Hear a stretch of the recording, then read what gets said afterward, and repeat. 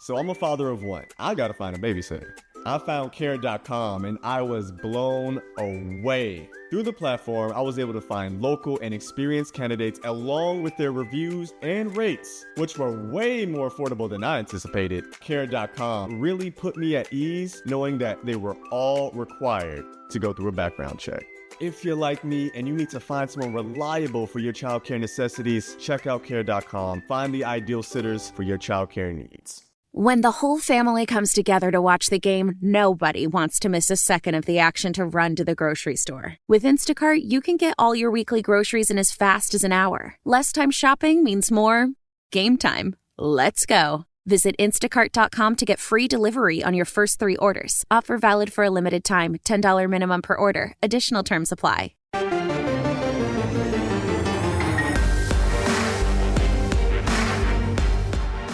This is Kansas State's Felix Enyedike Uzama, and you're listening to the Power Cat Podcast on the 24/7 Sports Podcast Network.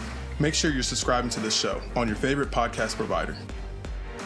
Welcome to a second edition of the Power Cat Questions Podcast this week. That's right, a second edition, which essentially replaces the pregame podcast because we have no game to cover this weekend at Go Power Cat because Kansas State football's off. But you guys deserve all the talkie we normally provide. And here we are, Tim Fitzgerald, Zach Carlson, Cole Carmody in the GPC studios for version 2. Zach's already yawning. Zach is already not invested in the quality of this podcast, but he will be good when it counts the most. Right, Zach? We'll get warmed up eventually. Okay. Ryan Gilbert is off doing other Ryan Gilbert things. He's got another job. Can you believe that he can't live off of the hourly wage I provide him? And he has to take another job to feed his family? Apparently he's making more than me. Yeah, he makes a lot of money. You might want to consider bartending at So Long or Taco Lucha. Anyhow, we're not sponsored by those guys. We're sponsored by The Fridge, and we love The Fridge. We love The Fridge so much, and I just found this new product that they have at The Fridge, and I got to tell you, this looks amazing only because I am a fan of Peaky Blinders. I can't quite get through the last season because I'm a little lost. I kind of shut it down during the pandemic, and then they got back to it, and I'm kind of lost. But anyhow, Peaky Blinders is an incredible show about the rise of the English mob post-World War I. Anyhow, they now have a product called Bushmills Prohibition Recipe from the Shelby Company, which is what the name of Shelby Company. Right. What the bad guys, that's the name of their company, the Shelby family. It's now available at The Fridge. It's an Irish whiskey. Go check it out. I'm going to check it out because I'm intrigued by that. It's one of the many products that you can get at The Fridge. Go in and just ask them, what do you got that's new? And they'll not show you Kevin because he's old. Fitz, how was Prohibition? Prohibition was great. Are we talking about alcohol? Or the current one when we're under? Oh, I'm not going to get into that. I just was wondering if you... I was talking about weed, Zach. Weed. Oh, you were alive for both prohibitions. I figured you were just... we would talk about the ones in the 20s. Didn't get the joke. I know. We were calling you an old. I know. I'm going with it. If you ever have a chance in Kansas City, this is just a throw-in for a bar I enjoy in Kansas City. Go to Tomstown because they have Prohibition-era booze there. I just followed them on Instagram. They make it the same way or same-ish way they did during Prohibition when Tom Pendergrass was the boss of Kansas City. It's your questions from Wabash Station. That's what we do here. You ask them. You got to be a subscriber to ask the questions. Everyone can listen. But why don't you want to be a subscriber? Why? Just think about it. I'll give you a week to think about it and then get back to me. Maybe next Friday. Next Friday-ish. Yeah, that's a good idea. Your questions from Wabash Station should be read by Ryan Gilbert because he's a lazy boob, but instead we have Cole Carmody. You mentioned the boss. KSU number 1 wants to know about the boss. Chris Kleiman showed a lot of emotion at the end of the Iowa State game. How important was it to get this win for him? I thought we were going to talk about Bruce Springsteen. He mentioned this at his podcast. At his press conference. We love a podcast. Oh, my gosh. they had a lot of family there. He's from Iowa. He's from Cedar Rapids, the home of Ben Sinnott. So it was important to him and Gene. They both have Iowa ties. I mean, Gene's not from Iowa, but he'd been associate AD or deputy senior AD, some fancy title, at Iowa before he ended up at K-State. Yeah. And I'm just going to say this. He'll never admit this. I think there's a little heat between him and Matt Campbell. I think there's a little disdain between those two. I think the way Campbell blatantly ran it up in 2020 sticks with Chris Kleiman. Chris Kleiman opted to play a game that he, in hindsight, could have easily opted out of during the pandemic because he was so short on players. But he thought, hey, I'm going to take my guys up there, give them some experience. And Matt Campbell chose to run up the score and just crap all over K-State because he couldn't beat K-State before that. And maybe from the Iowa State perspective, they didn't run it up. It was just a mismatch because it was a mismatch. But it still stuck with him. And I think he would still play the game because as painful as that was 2 years ago, I'm not sure they have all the fire they had on Saturday night in Ames to get that one back. Because it took every bit of motivation and fire to beat Iowa State. I sense that Matt Campbell is the darling of the national media, and certainly everyone in Iowa that is associated with Iowa State loves the guy. I would love him too if he was my coach. But God, is he annoying from the outside. His overstatements, one of the greatest plays in Iowa State football history. Oh, come on, really? Do you know all of Iowa State football history? Can you quantify that? Or do you only know what since you've been there? I mean, just stuff like that is kind of dorkish. Did you know who the leading passer was in 2020 at Iowa State? Brock Purdy? For K-State, I should say. Oh. I That would be the legend of Nick Ost. Nick Ost, of course. Who is now a graduate assistant at UTEP with Dana Dimmel. Good for Nick. And he's also important to Go Powercat to this day. He has amazing pictures. Am I allowed to say that? Okay, so here's an inside joke, and even 24/7 doesn't know about this, so don't tell anyone. So we have all these icon images that we like to put for daily deliveries and Tweets of the week. Whatever. You know, just the stadium or the helmets or the Big 12 logo. Right. Basketball.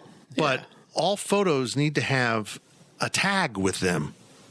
And they're all tagged Kansas State, but then they just go into the giant pool of Kansas State. If you want photos. to find them easier, they need a tag. So all of those photos are tagged Nick Ost because it's 7 letters, easy to type in, and there's not many actual Nick Ost photos in the admin. So, Nick, you're still serving your alma mater to this day. We appreciate it. That's it. Can I say, answering this question in general, recruiting? Is that allowed? Can I say that there was some recruiting angst amongst these two coaches? I mean, there's people not just on our message boards, but on Twitter, and I know that some fans who aren't on either publication or a form of the internet have complained, oh, they only won by 1 point. It's disgusting, And I even saw some people talking about how Bill Snyder would have never, in his wildest imagination, have said it was a great win. He would have been so frustrated about how the team only scored 10 points and they had penalties. And Bill Snyder would have been ticked off that K-State won that game. He would have been mad they didn't deserve to win that game. And then there's Chris Kleiman, who comes into the post-game press conference and says how great of a win it is. If you're one of those people who are frustrated because K-State only won by 1 point and you're frustrated because Chris Kleiman showed emotion after the game, quite frankly, you need to reevaluate yourself, or you've never been around a sports Are people upset that he was fired up? There were some people who were very, very upset that this was the case. Yes. I don't get it. Yeah, I want that. Like, why would you not want to be happy that you just won? I want a coach that values victory and doesn't mind beating a rival. And is going to say, hell yeah, we beat you. This is some serious rivalry stewing. This has gone beyond a cute little name and close games. These programs, who was the former Iowa State football player that tweeted he doesn't like K-State? I'm totally spacing his name. Yes, I know you're talking about. Hakeem Butler. Butler, thank you. Boy, that's teamwork. I mean, these programs are getting to the point where they really dislike each other, and they overlap in Kansas City recruiting a lot. And there's a lot of You can't even imagine the crap that goes on in recruiting. So there's all that. There's so many layers here to being happy about beating Matt Campbell in Iowa State. He's going to value this game every year. So get used to it, even if you don't like it. Yep. Next question comes from Go Stay Kate. How would you grade K-State's transfer portal class through 6 games this year? I mean, they've got some obvious successes, but don't forget the failures. The guys that they picked up who haven't played, can you count them? Or does that count as part of your grade? I mean, yeah. You needed linebacker help, and you signed 2 guys to be linebackers that aren't playing. the guys that are on the, 3 guys. Jennings left. So- Honus is injured, and I've already crossed the Missouri guy off my brain. Sean Robinson.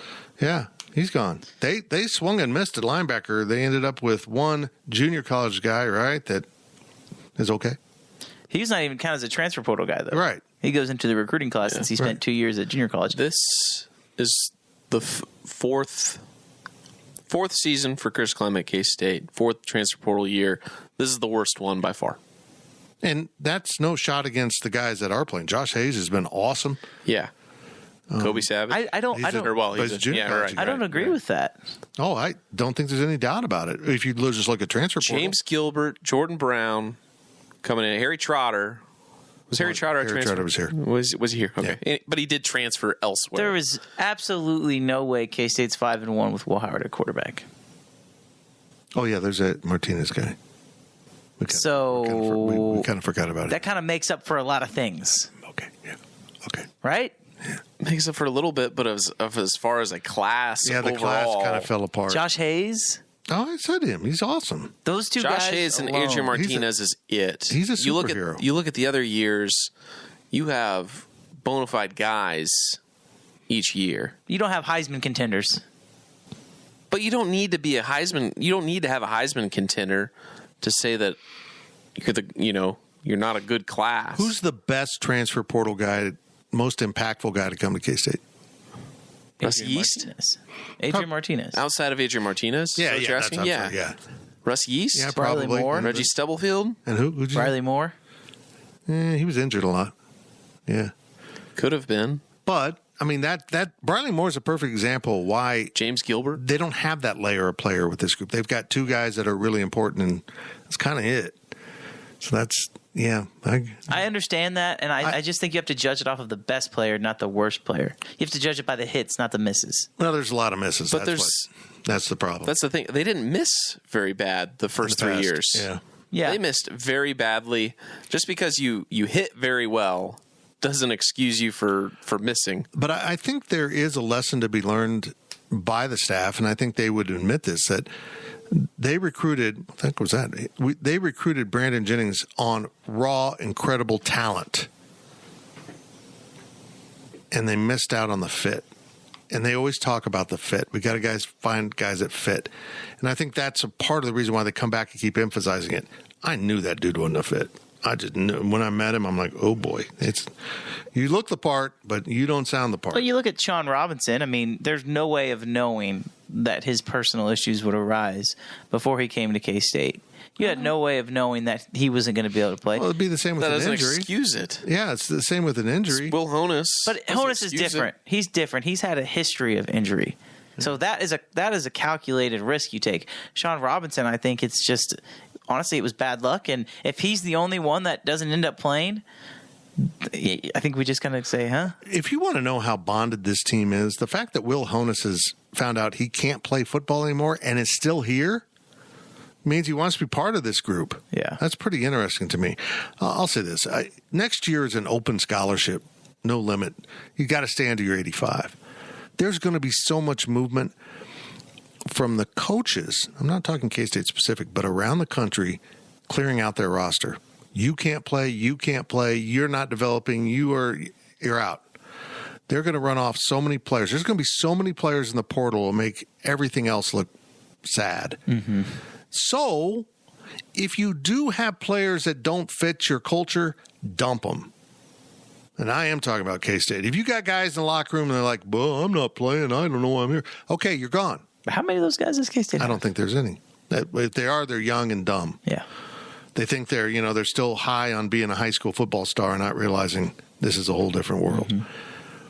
Because you can go out and sign 35 guys.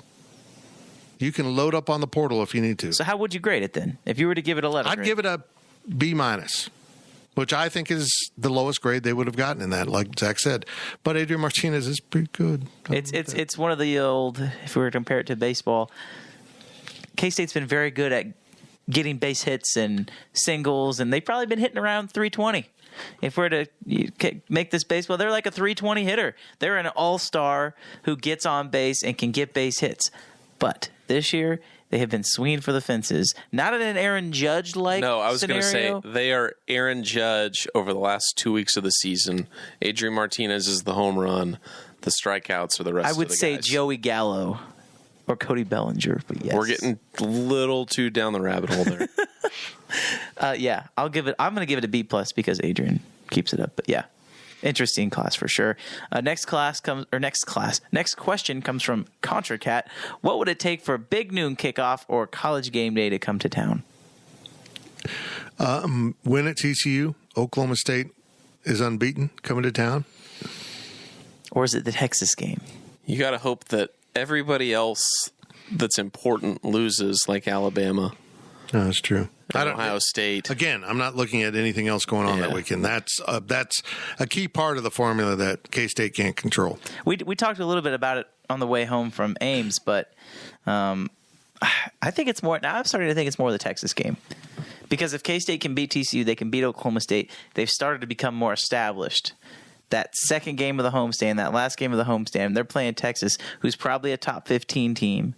If Texas continues to winning. Yeah. So then you have the appeal of Texas, which we know ESPN loves. You could have a top 10 K-State versus a top 10 Texas team. Not a top 10 Texas team by then. Or top 15 Texas team. Maybe, yeah. I think that could be more likely to be your game than Oklahoma State, because I don't think that. I think College Game Day went to Lawrence because it was a cute story. They wouldn't come to Manhattan because it's a cute story. They'd come to Manhattan because it's a dang good football team versus another dang good football team. But Texas has that draw. This is fascinating to me. So they spend most of their lives going to the biggest venues, the biggest games, Tuscaloosa and Baton Rouge and Knoxville, Columbus and 2 out of 3 Knoxville. weeks. Austin or Dallas whenever they can to see the Red River rivalry, which was a horse crap game this year. They invest themselves in this. This moves across Twitter today. Congratulations to the University of Kansas, and I sincerely mean that. 2.3 million viewers for College Game Day. It is the best pre-November, which makes sense, show since 2010. Now, this has kind of been my point. You never lend your platform to those types of programs. And then you say, only the named programs get the ratings. Look at the ratings. Well, nobody else is allowed to have the high ratings from being on these big platforms. Again, it's a self-fulfilling prophecy. This proves my point.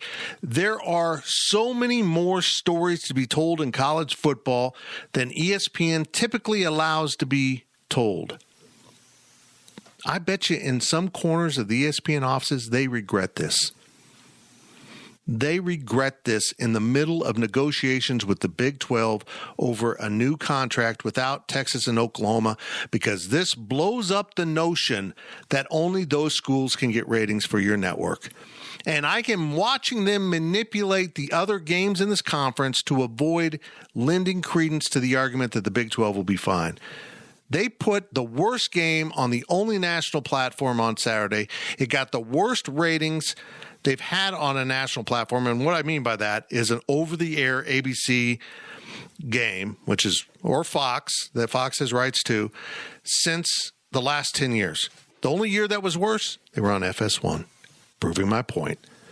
They put the other 3 Big 12 games, all more meaningful in the conference, on FS1, and ESPNU. That literally looks like they're trying to suppress ratings. Now, look, there were a lot of great games around college football Saturday. They really were. In fact, it was a rare night of having 4 games on prime time, which doesn't happen on all 4 networks, not ESPN included, which I'm sure ESPN had a game. Maybe they had baseball. I think there's a game on. Yeah. Okay. They had everything. I mean, K-State on puny little ESPNU got pathetic ratings. It was a boring game. Let's be honest. It was a boring game. I think we don't give ESPNU enough credit for being a bad channel. I still will contend that ESPNU is the worst channel you can play on, and that includes streaming. Everybody can go sign up for $5 or $10 to go stream on ESPN Plus. But not everybody has ESPNU. Gets buried by Cox, gets buried by other cable providers. I mean, if you get YouTube TV or whatever, you're fine. If you're buying a sports package or a streaming service that has sports on it, you're going to get ESPNU. Right. But cable companies are still living in the Stone Age, and they make you pay extra for all the other sports channels. Mm-hmm. That other lesser products, such as YouTube TV or Hulu Plus or whatever they're doing now, everything is accessible except for ESPNU for most people. FS1, I haven't verified this on my own, but I read that the KU-TCU game, even though it was dwarfed in ratings by the Red River rivalry, was the highest rated FS1 college football game of the year, which makes sense. But again, what happens if you reverse those platforms? Dang it, Zach. Is that me? Did you just blame That's not Zach? me. That's you. You just blame? No. Man, if you reverse those games on Saturday, we'll never know.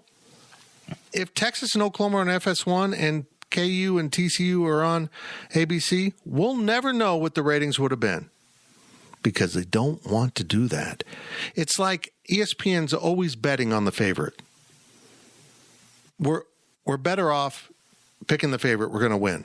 We're going to win. We're going to win. And they never let the underdog have those platforms. Can I say this and then we'll move on? Yeah. They treat this college football like the NFL. Right. They think that the teams that, quote unquote, are the blue bloods of college football are what people want to see. Because in the NFL, it's true. It is. People want to see Patrick Mahomes. The Chiefs get great ratings. How is that possible in a small market? Because NFL is more a national story. Same thing with Tom Brady. Same thing with Josh Allen. All these guys, those teams, people want to watch them. Right. People don't give 2 craps about Texas and Oklahoma. People don't give 2 craps that Alabama is playing Texas A&M. Like, most people, I guarantee you, were watching, if you're a K-State fan, you could care less about Alabama A&M. You're watching K-State play Iowa State, and you don't even know that Alabama almost loses to A&M. Now, don't get this twisted. I'm not saying that Texas and Oklahoma don't have the biggest following in the Big 12. They certainly do. They're not just national brands. They're historic brands, and that's the difference. Clemson is not a historic brand in my book. Florida State isn't a historic brand. These are the brands that go all the way back to World War II. Said it over and over. They are 2 of them. Nebraska is a historic brand. USC and UCLA are historic brands. And they continue to give the historic brands the platform even when they don't deserve it. And because of that, they seem to be suppressing other brands that might rise up. And I don't know if it's on purpose or if it's just out of the short-sightedness, but maybe it is on purpose. Maybe they don't want those brands to develop in any way. Oregon isn't a historic brand, but it is a national brand now because they caught on. They got the platform enough and they got the exposure enough where people say, yeah, I want to watch those goofy uniforms and that wide open offense that Chip Kelly used to run. That's made them a brand, just like Miami was a brand back in the day.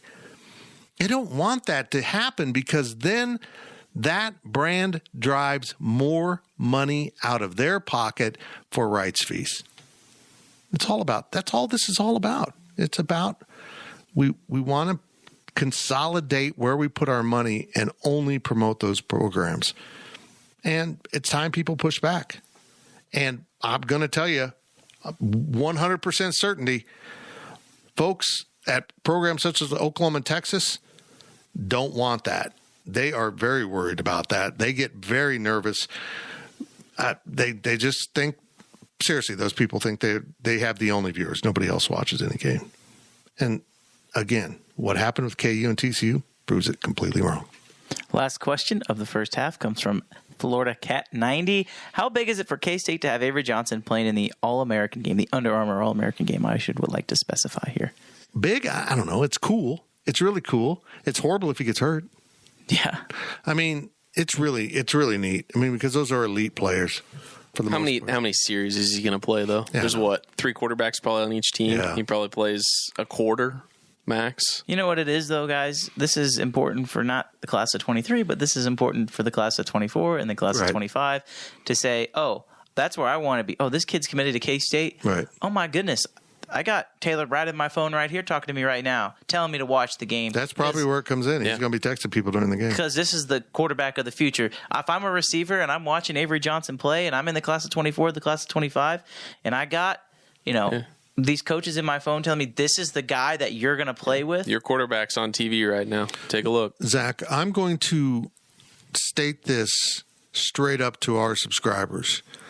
If you think this Under Armour game is really important to you, it's in January 14th? Yeah, I believe so. January 14th, and basketball will be rolling at K-State. But if you think it's really important, by God, Zach and I will go to Orlando for the entire week. We'll go down there for an entire week to cover everything leading up. Just you and Zach? Yeah. You got to stay back and do the actual work. And we'll cover everything, including Zach will rate all of his favorite golf courses in the Orlando area. Because if we're there a whole week, you can get in at like 2 rounds a day, right? Easy. Yeah, easy. I will be at a pool drinking. Do I have the company card to play golf with? Well, that's something. If folks, you think this is important enough, we will take your hard-earned money that you subscribe to Go Parakeet with and let Zach golf. Watch more YouTube videos. That's my pledge to you. That's it for the first half of the podcast. We'll be right back with more of the Parakeet Questions Podcast, part 2 of the week. I don't know. I have no idea. This is Kansas State's Cooper Beebe. The leaders in K-State sports coverage will be right back with more of the Parakeet Podcast. Selling a little or a lot? Shopify helps you do your thing, however you cha-ching. Shopify is the global commerce platform that helps you sell at every stage of your business. From the launch your online shop stage, to the first real-life store stage, all the way to the did we just hit 1 million orders stage. Shopify's here to help you grow. Whether you're selling scented soap or offering outdoor outfits, Shopify helps you sell everywhere. From their all-in-one e-commerce platform to their in-person POS system, wherever and whatever you're selling, Shopify's got you covered. Shopify helps you turn browsers into buyers with the internet's best converting checkout. 15% better on average compared to other leading commerce platforms. And sell more with less effort thanks to Shopify Magic, your AI-powered all-star. Shopify powers 10% of all e-commerce in the US. And Shopify is the global force behind Allbirds, Rothy's, and Brooklinen, and millions of other entrepreneurs of every size across 175 countries. Plus, Shopify's award-winning 24/7 help is there to support your success every step of the way. Because businesses that grow with Shopify. Sign up for a $1 per month trial period at shopify.com/Odyssey Podcast, all lowercase. Go to shopify.com/Odyssey Podcast now to grow your business, no matter what stage you're in. Shopify.com/Odyssey Podcast. Diets and workouts, you've done the work, so why can't you get to your goal weight? That's because up to 70% of your weight is predetermined by your genetics. So while you've been told that it's all about your willpower, you're actually fighting your biology. Don't do it alone. Found's doctor-designed program uses medication as part of a treatment plan that targets your body's unique biological needs, so that your body works with you and not against you. Take the quiz at joinfound.com to see if Found's weight loss program is right for you. This is Kansas State's Daniel Green, and welcome back to the Parakeet Podcast on the 24/7 Sports Podcast Network. Welcome back to the Parakeet Questions Podcast. We appreciate you returning after that first half. Tim Fitzgerald, Zach Carlson, Cole Carmody in our second edition of the Parakeet Questions Podcast of the week, because we have no pregame podcast, so you get this. Be happy about it. I'm happy about it. I'm enjoying myself. I'm venting a lot. I need this once in a while just to let it all get out of my nerves. Cole, sorry. Let myself go there. We're sponsored by The Fridge Wholesale Liquor. Make sure you check out The Fridge whenever possible. I am overdue to get to The Fridge. And here's my thing about The Fridge is I've got to get over there and get some stuff that is perfect to drink around the fire pit. You just got to go get you some. Go get you some. We kind of abandoned that. We need to get back to that. No. Okay. Because there's no K-State game this weekend. And like Thursday, Friday, Saturday nights are going to be cool and crisp, and we got stuff waiting to burn at our fire pit. We got a sweet-ass fire pit, but I need stuff from the fridge. So you know what I'm going to do? I'm going to go get me some. I messed that up. Here's your questions from Wabash Station. I'm the NFL official from the Chiefs game. Go Carmody. It's funny you say that. We might have a little question about that later on in the second half. The first question of the second half of the podcast comes from Etane BB. Everyone says this bye week couldn't come at a better time. How does scheduling the bye week work? Do you get to choose it, or is this a gift from the scheduling gods? Or do Big 12 computers, who almost always put K-State conference opener on the road? This is a good question. I honestly have no idea. I mean, I think the Big 12 sets once you give them your dates, like if for some reason, like next year, I'm just hypothetically, this isn't true. Okay. You can trust almost everything I say, except this isn't. Let's say Missouri wanted to play October 20 something against K-State next year. They wouldn't, but the Big 12 would build around that, and that would just go into the computer, and then it would spit it out. So I'm guessing, and purely guessing, that the computer spit out this as the open weekend for K-State, because you look at the two schools that are behind everyone else, Oklahoma State and TCU are one game behind. They do play this weekend, and that will equal that out. I think KU's off week is even later. So they won't get Did they already have it? No. No. They played their early conference game. Right. So, but that open weekend that KU needed open because of their conference schedule, that played in the schedule probably. And then Baylor, West Virginia playing Thursday this week. Also, that was probably really the true fundamental. Right. If you're playing on Thursday, game of the creating it because they needed the bye week the previous week. This scheduling is going to get so interesting after those certain two schools leave, because that set date, I swear, has screwed things up. Having that date set every year, this has to take place on this week in Dallas, neutral. I think that's throwing some things out, but Zach brings up a good point, and I think we all need to be prepared for this. With the new Big 12 schedule, the Big 12 is going to have to be willing to play Thursday night games. A lot. I think, really, you too? What? I mean, a long day. I know it's been a long day. A lot of me talking. It gets boring. Because then you have to schedule the bye weeks before. Some programs don't do that.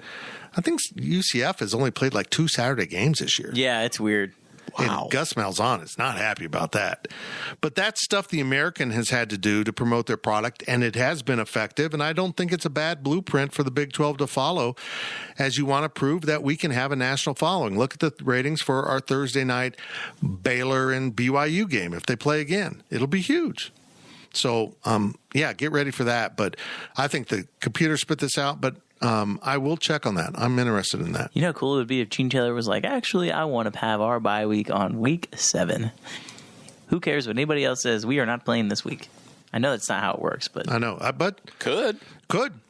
It could. They might be maybe you get X amount of. I wonder if ask. You know what I mean? Or like everybody gets one weekend where they get to choose what they want. We're going to play this conference game in week 4, or this non-conference game in week 4. So maybe we have to have a conference game early because we don't want the bye week in week 2, like KU. You got the Red River. Got to have it this week.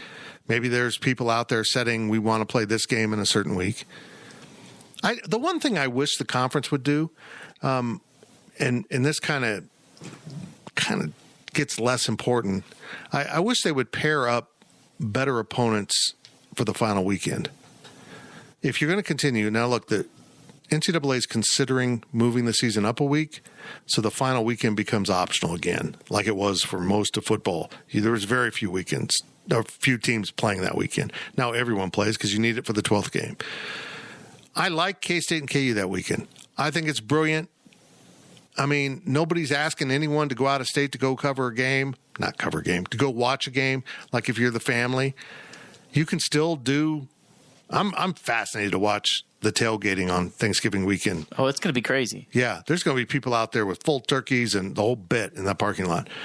But I look around the conference and I don't see some of those similar matchups. And like I think Iowa State, West Virginia, which has kind of been a little rivalry in some weird way. I wish they were paired up. I wish Oklahoma State and Tech were paired up. But you also don't want to put all your rivalries on one weekend because they get good ratings. Mm-hmm. So, I don't know. That's true. Good points. Moving on. But also, I think those pairs wouldn't necessarily be rivalries enough. Right. And I think they would work.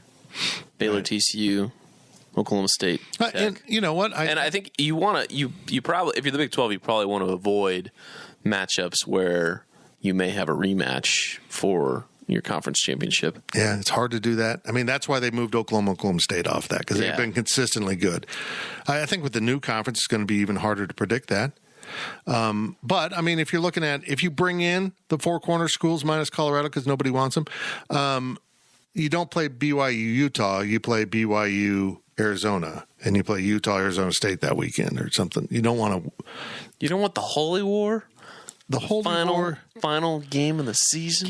Can we just move that game back to Easter? I think that'd be odd, but I like the way you're going with this. Spring game. Next question comes from Wildcat Pilot 88. Will Iowa State catch Texas by surprise this weekend? I think there's a degree of that could happen. They just cannot move the ball. They can't do anything on offense. They've got to solve their offensive issues, but I can see Texas coming off kicking Oklahoma's butt, being absolutely full of themselves. The fans are. Oh, we're national title contenders. We almost beat Alabama. Congratulations, you lost. Great. We almost saw K-State beat Texas last year, but they lost. We're not counting that as a win. You don't get to count a loss as a win either. You know what they say? Play hard chart. Only counts in hand grenades. Everyone says that. We don't need to add that now. Horseshoes and hand grenades. It's okay. There we go. You did it. And play hard charts. But they could. Well, upset? Maybe not. I don't think they're good enough to beat Texas. But if that spread is indeed up to 17.5 right now, that's a lot of points for Texas to score on that defense. Because let's say somehow Hunter Decker's engineers a touchdown and they kick a field goal. Now you got to score 28 points against that defense. And folks, that defense is legitimate. And if Sark can find something to exploit out of that, and maybe it's just sheer athleticism. Our guys are better than your guys. We're going to run over you. I think Texas is capable of that physically, but not mentally. Texas is going to be surprised how good Iowa State's defense is. Their coaches are going to be shocked at how disciplined their defense is. Got it. Their Texas's offense is also not going to be able to do much. I just don't see how they don't get out physicaled in this game. Is out physicaled? Is physical? It's going to be a word. They're so much stronger. Iowa State is a legitimately good defense. They are. They're going to keep them in the game. So yeah, I think their offense will be surprised. I think the defense of Texas will be surprised at how terrible the offense is at Iowa State. Iowa State's got to figure out this offense. Do you really not have a quarterback that can stand in a pocket and take a little bit of pressure? All you need to do is literally sit back and throw it up to Xavier Hutchinson. That's it. Don't throw it to him along the boundary. That too. But yes, this will be an interesting game. X did not mark the spot. Next question comes from Adam K63. Has Matt Campbell reached his peak at Iowa State? Great question. He stuck around in the face of having, I would imagine, some pretty good opportunities to leave, which I admire. I mean, I think it's cool. And I hope he doesn't leave. He's loved up there. He's an effective coach. He has been an effective coach. This season isn't going so well, but I don't think he'll stay the course with – he'll throw guys under the bus. He will. But this might be the year he bails. If he gets a good offer, even after a bad season, which we had this interesting discussion amongst ourselves on our text combo, about half of us think he will still get great offers. If Nebraska doesn't get their first or second choice, which I don't know who that would be, they might go to Matt Campbell and say, here's $9 million a year. Now, I tend to think he's just holding out for Ohio State. I think that's his school, and he's very happy in Ames. And I hope Iowa State fans get to enjoy a long-term coach like Kansas State did with Bill Snyder, because it makes a world of difference. There's such stability in your program. But eventually, things start to age. That's not about coach. I mean, your recruiting style, your coaching staff, your offense gets out of funk. Now, Coach Snyder kept reinventing himself until it didn't quite work. I don't think Matt Campbell's the guy that's going to reinvent much other than firing coaches. And this offense ain't working. This offense worked because they had a pretty good quarterback, an NFL running back, NFL-style tight ends, and enough receiver weapons through the years. Guys that are in the NFL, like Alan Lazard, right? That's his name. Mm-hmm.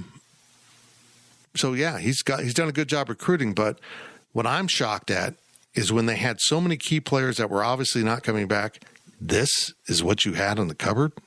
This was it? It's because they don't play young guys. That's what it is. Yep. And this is what do you expect? I mean, when you do not play your younger players, this is what happens. And we've had this conversation before, but I mean, this is why K-State, I think, is going to be better than people think next year, is because they're giving these young guys experience. I mean, that's just the bottom line. Desmond Purnell and Chris Kleiman talks about every press conference, and the Jacob Parrishes of the world. And, even if you want to say the DJ Giddens, like, these guys are going to be better off because they're playing. But yeah, that's why I think Chris Kleiman has a higher peak than Matt Campbell has. I think, yes, he has. And he did it during a COVID season where K-State fans say it doesn't count, and Iowa State fans say that they were one or two plays away from playing in the college football playoff. So, yeah, I don't think Matt Campbell gets to 9-3 again like he did in the Fiesta Bowl. And when they won the Fiesta Bowl, I just don't see that happening because the Big 12 is just too competitive. I mean, everything had to go their way in 2020. They bring the same team back in 2021 and go 7-5 and lose the bowl game, to where K-State wins their bowl game, has a better record than Iowa State. I know we're not comparing the two schools, but I'm comparing Chris Kleiman and Matt Campbell because now they're 2-2 against each other, and I believe that Chris Kleiman is a better coach than him. I do too. So, yeah. I hope coaches come and say, I hope Leipold stays at Kansas.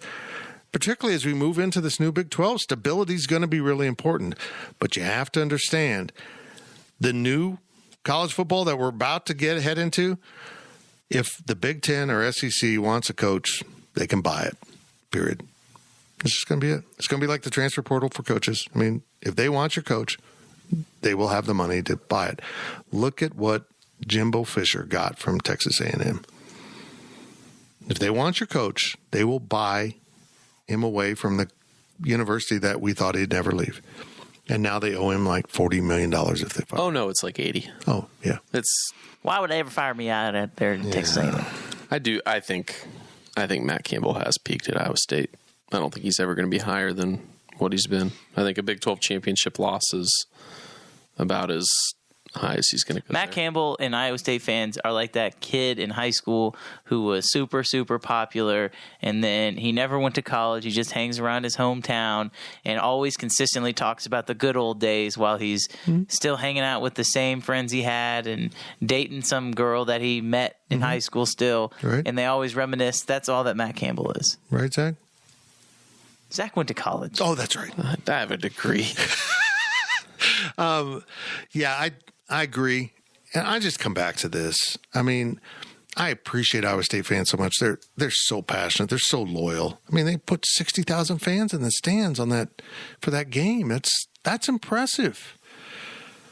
But you never have won double-digit games. K-State might do that this year. What would that say if Chris Kleiman in year 4 does that after being picked 5th in the conference? I don't think they will, but they could, particularly with the bowl game. They haven't done it with the bowl game. K-State gets a 9-3 in the conference. They don't even have to play the Big 12 championship. They go to a bowl game and win, double-digit wins. I think that's realistic. I think the question after that becomes, how good is Chris Kleiman's agent? I don't want to talk about that. Well, good. The next question is probably the greatest question we've ever had in any podcast history. He's wrong. Okay. It comes from a guy by the name of GPC_Cole. That jerk. He says, is roughing the passer the worst call in all of football? Why has it not transitioned to the college game? Okay, so this is your subtle way to bring the Chiefs into this podcast? Is that what we're doing? But it's a football question in general. I hope this nonsense never happens with college football. I don't even like now that they've lowered you can't go after the knees. Like, I can see you can't target the knees, but if you're knocked to the ground... It's not even just the knees. It's just the legs in general. You can't, go... if the offensive lineman takes you off your feet, what are you supposed to do? Stand up before you... It's gotten absurd. You can't touch quarterbacks. Just put flags on their belts at this point. If this is Make it optional. If this is what the rule is going to be, put flags on the belt. You guys saw Tom Brady's roughing the passer call, too. I mean, but you have to go back. The most absurd was Chris Jones's tap on his helmet. It was the shoulder pad. The shoulder pad, right. They're right. They got called for hitting him in the helmet, and it was a shoulder pad. But, yeah, so you have Tom Brady gets protected from being flung to the ground, but you can't land on him either. You can land on him if you break your fall, which Chris Jones did against the Raiders, but that was still a penalty, even though the quarterback didn't have the ball at the time. It's so confusing.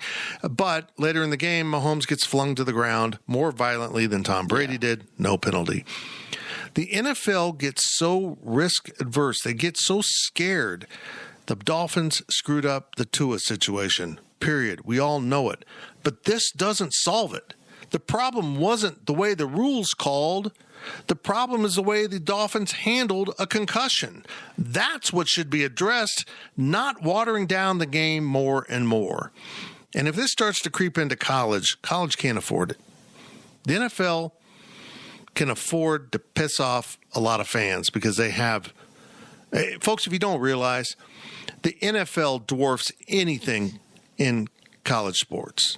It just does. It's the biggest monster. There's a reason why Amazon's paying $1 billion a year to show a game every Thursday night. It's that significant. So they can kind of screw it up, but they are screwing it up. They are making this such a soft game. It's not football, Fitz. Troy Aikman said it very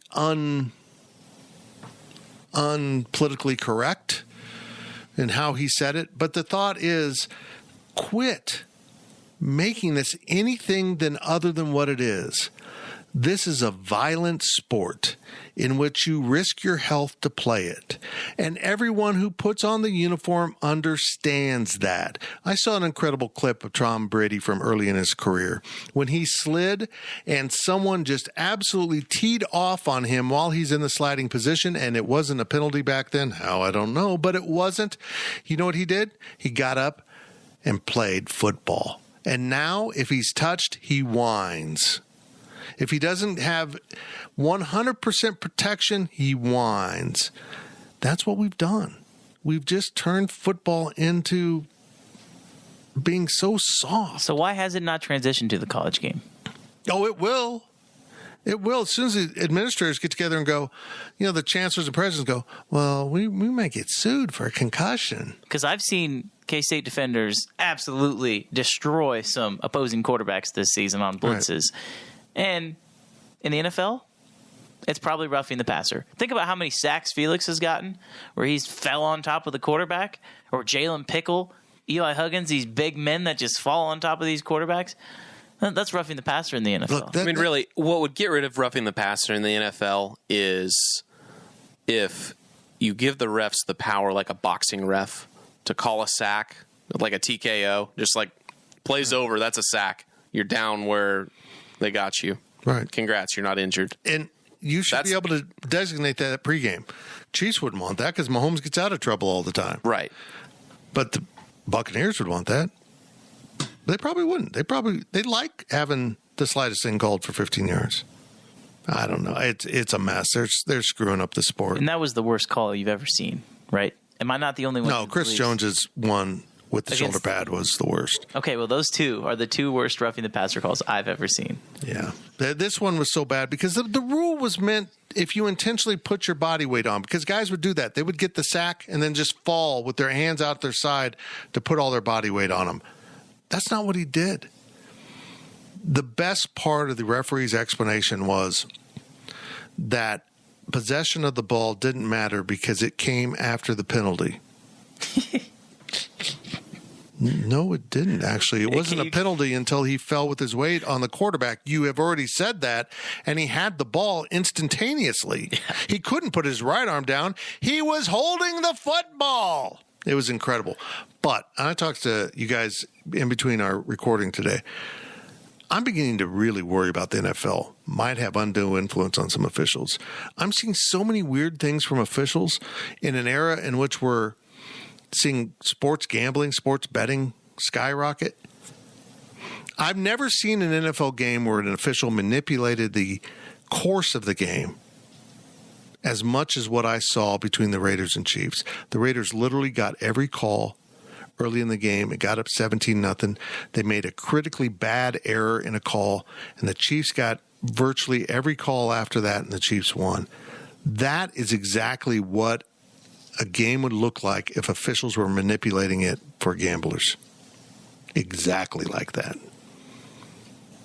But the NFL would never, ever even admit that they're looking into that, because then that pulls into question the entire integrity of the league. So, I don't know. That was a lot about the NFL right there. That was good. The last question of the podcast comes from Pelster. This is probably just for Zach, so I'm going to let him. We can all talk about this. What are your overall thoughts on the men's golf success so far? We can all talk about this. If they are ranked in April when the Big 12 championship comes to Kansas, would one of you go cover it? Yeah, Fitz, are we going to cover golf? Where? I didn't know it was in Kansas. Where's that? That's at Prairie Dunes. Yeah. Yeah, I mean, if it's worth covering, if they're legitimately a national. 7 minutes ago, the tournament finally ended. They won by 14 strokes. At Oregon State. Can you put this in football terms? K-State won at Oregon State. Was it a duel or was it a tournament? No, it was a tournament. Okay. Here, I'll pull up the leaderboard here. K-State shot 3 under as a team. Washington State got second. They were 11 over. Tarleton State, who is now Division I, got third, 13 over. Southern Miss was there. Utah, Oregon State, Gonzaga, Boise State. Then we get into... I would think Gonzaga would have a good golf team. Yeah, Gonzaga got 9th. They were tied 9. Anyway, that's kind of the scope of the teams here. I wouldn't say that this tournament had a high strength of field, if you want to put it that way. All right, so but it is impressive that K-State has won their first 3 tournaments of the year. They've gone back to back to back. So basically, they beat South Dakota, Missouri, and they beat Tulane. I wouldn't even say it's that good. I mean, it's early in the season. It's nice that they're ranked, but at the same time, they're going to have to actually play some teams, some Oklahoma States, some Texases. You know, there's a lot of good golf teams in the country, and K-State. I mean, K-State's home meet, their home tournament about a month ago. Dodge City was in the top 5, I think. Dodge City Community College was in the top 5 after day 1. The Conquistadors? There was a community college that was in there and was... Come on, man. There was no Power 5 team. There was, half of this field is about what that field was. Does Bill Snyder schedule golfing opponents? That sounded like it. Yeah, he might have. But I'd have to look at what the Wake Forest tournament was, but I think that one was a lot more impressive of a win than this one was. But I think it says a lot. I think we can look at the individual scores here, but probably Cooper Schultz played pretty well. I don't know what the total is here. Individual player leaderboard.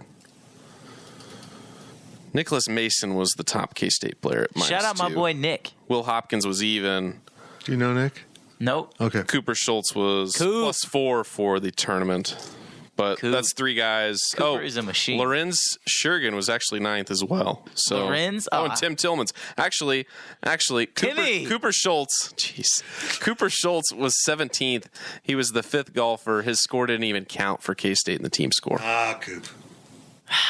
So they played pretty well. I'm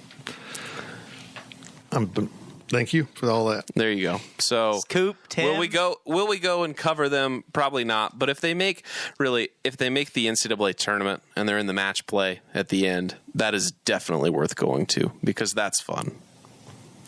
That's why it's worth going to, because it's fun? Well, it's fun to cover. I mean, if you want us to go to a golf tournament and cover it, how are we going to do? Like, I'm not going to go out there and film it. Zach's going to shoot highlights.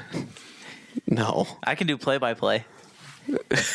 He lines up on the 18th. Well, let's get that Bob guy. Bob Menery? To do the play-by-play. I don't think so. Bob Menery. Podcast is done. No, man. I love golf. Folks, Zach just quit the podcast. We're done. Thanks for listening to the Go PowerCat Questions Podcast, second edition of the week. No pregame podcast because in case you didn't know, K-State doesn't have a game this week. They played golf, though. They played golf. We'll be back next week with the whole slate, the whole shebang, because K-State has a game next week, but not this week. That's the difference. Thank you for listening to the PowerCat Podcast. Make sure you're subscribing to our show at Apple, Spotify, Amazon, or wherever you get your podcasts. PowerCat Podcast. All rights reserved. GoPowerCat.com.